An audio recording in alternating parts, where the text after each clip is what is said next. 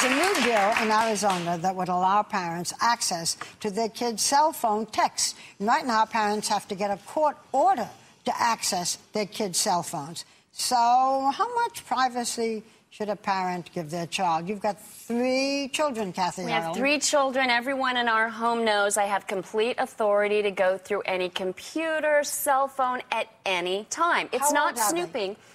8, 13, and 17. It's not snooping. So it's not snooping. I'm up front with it. Look, you guys, this is the deal. Yeah. When you're on your own, you're going to make your own choices, but it's still my job to protect you. I mean, you know, Elizabeth, with your children, right. It's a different world out there, and the cyberbullying that takes place.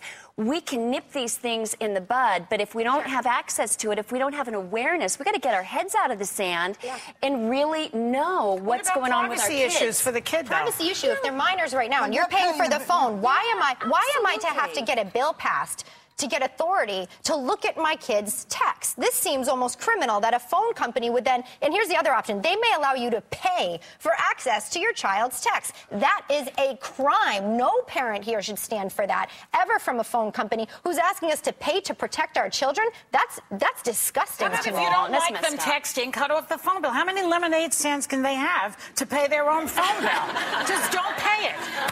Well, here's the problem, is that, number one, we're very dependent on texting. So a lot of parents actually use it as a great way to communicate with their kids. Do you, so Grace? Grace is what? How old now? She's 6. Do you do it with her? If she texts her cousins from my phone, right now it's my phone. She doesn't have one. She doesn't have an iTouch or anything like that. She's my phone.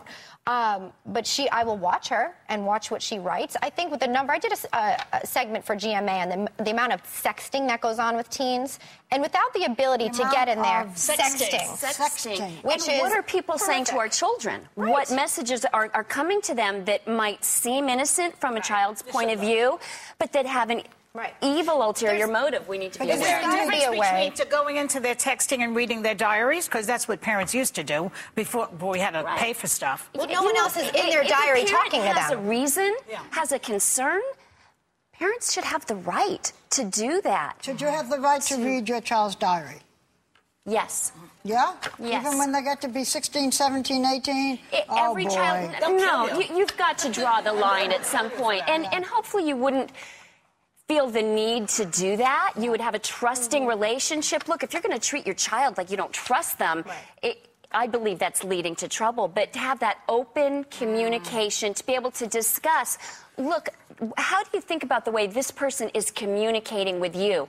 What do you think about the words you're using here? Is the message you're sending the one you want received? You want to correct their English. Yes, absolutely. They can't even write these